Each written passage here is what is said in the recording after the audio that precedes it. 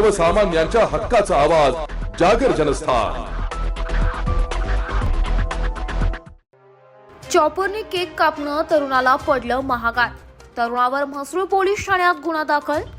नाशिकच्या एका तरुणाला वाढदिवसाच्या दिवशी चॉपरने केक कापणं चांगलंच महागात पडलंय। याबाबत नाशिक पोलिसांनी या तरुणावर कारवाई केली असून त्याला ताब्यात घेण्यात आलंय। गणेश शेळके असं या तरुणाचं नाव आहे। गेल्या 2 ते 3 दिवसांपूर्वी गणेशचा वाढदिवस होता। त्याने चॉपरने केक कापून वाढदिवस साजरा केला आणि हा व्हिडिओ सोशल मीडियावर व्हायरल झाला।